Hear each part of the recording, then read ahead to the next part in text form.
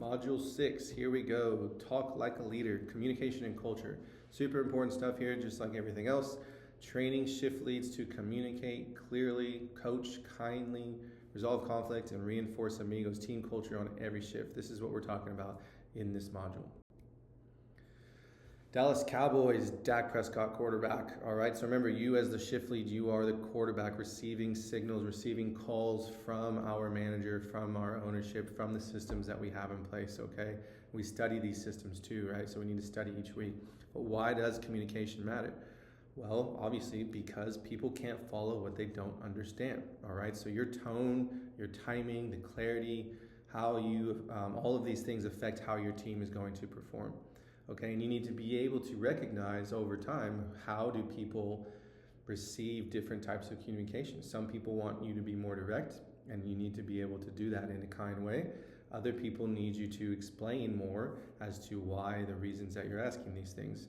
So a shift lead doesn't just give orders, they communicate the goals, expectations, and they give support. Okay, so great teams follow great communicators, and that's important. Our official means of communication is our 7 Shifts or scheduling app. And obviously we're seeing each other every day as well in the hallways and every week, so we can communicate that way as well.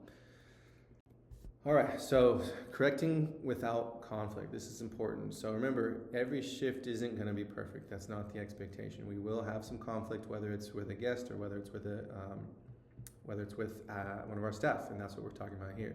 So let's start with the moment, not the person. Okay, so focus on the moment, not the person. So if we recognize, I like to use this one, it's pretty easy, but chairs aren't pushed in when people are cleaning tables and all the shit's all over the table, which I don't like, I don't respect that. It needs to go back and reset how we need it. Basically, be specific, kind, and direct. So, hey, just say this. Hey, I noticed the tables didn't get wiped after the party left. Can I handle that now? Can you handle that now? So that's direct, okay? You haven't said anything sort of to them or direct them or saying, hey, why didn't you clean that? Or why aren't you doing a job? So leave the you out of it.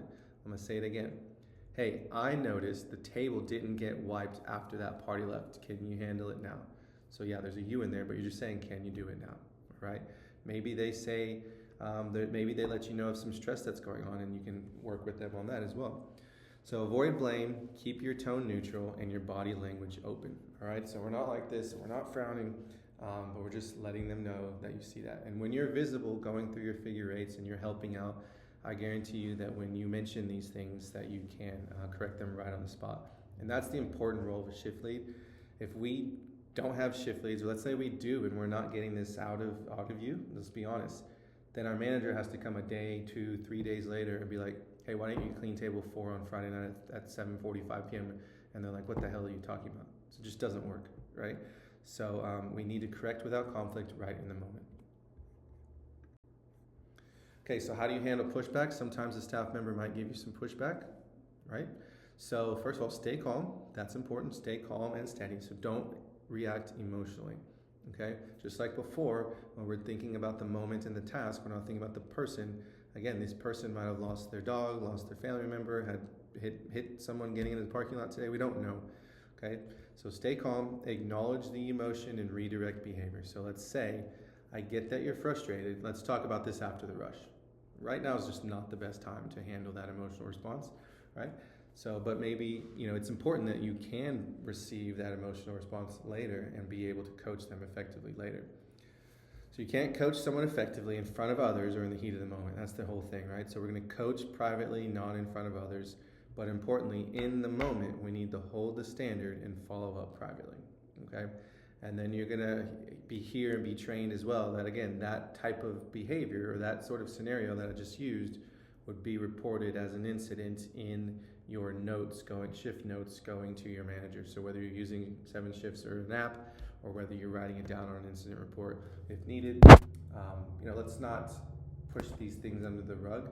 It's handling them all in the moment. All right, so important, you're here to create a positive shift culture. So we're not just here to say, do this, don't do this, let's do this better, come on. Yeah, your energy matters, okay? So bring good energy. Your mood is gonna set the tone. Your vibe sets the tone, everything, right? But let's give shout outs. So on 7 shifts or in person, go back to the kitchen, say, thanks for jumping on that extra salsa that I needed, right? So make sure we're giving good shout outs. So you need to be fair and consistent. Don't play favorites.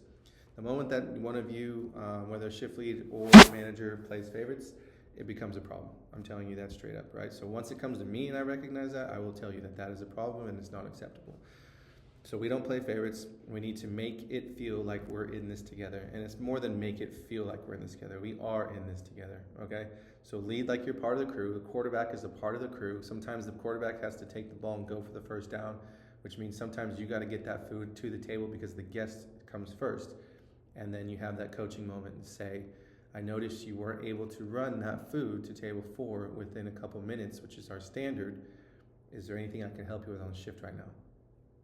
Simple. All right. When things go wrong, please own it. Just own your mistakes. It's important as a leader.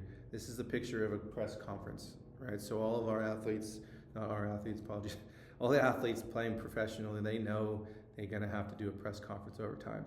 So do you think that they're going to go on there and say, well, that jackass lineman didn't block for me all game? No, they're not going to do that. All right. So own it. This is our team. So own the mistakes that you had. I could have provided better leadership. I could have handled things more in the moment or given someone more support. It's not, we're not literally blaming you, but we know that you were there. We believe in you. We trust you to be able to handle these things. So help fix problems in the moment. Coach afterward, right? Privately, not during the meltdown, not during a rush, not during the emotional shift, etc. Always avoid drama, focus on the solutions, okay? Solve now, coach later. Final thoughts here. The way you talk is leadership, okay? The way you talk to people is leadership.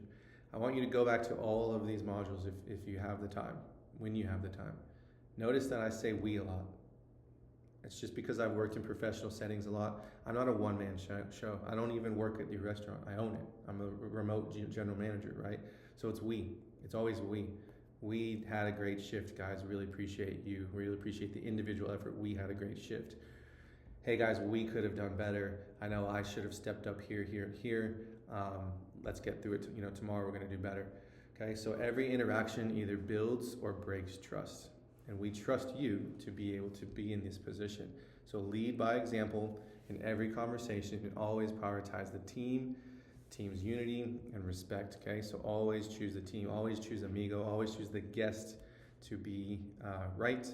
And let's make sure that we're getting those 5-star reviews and building our business. Look forward to doing that with you.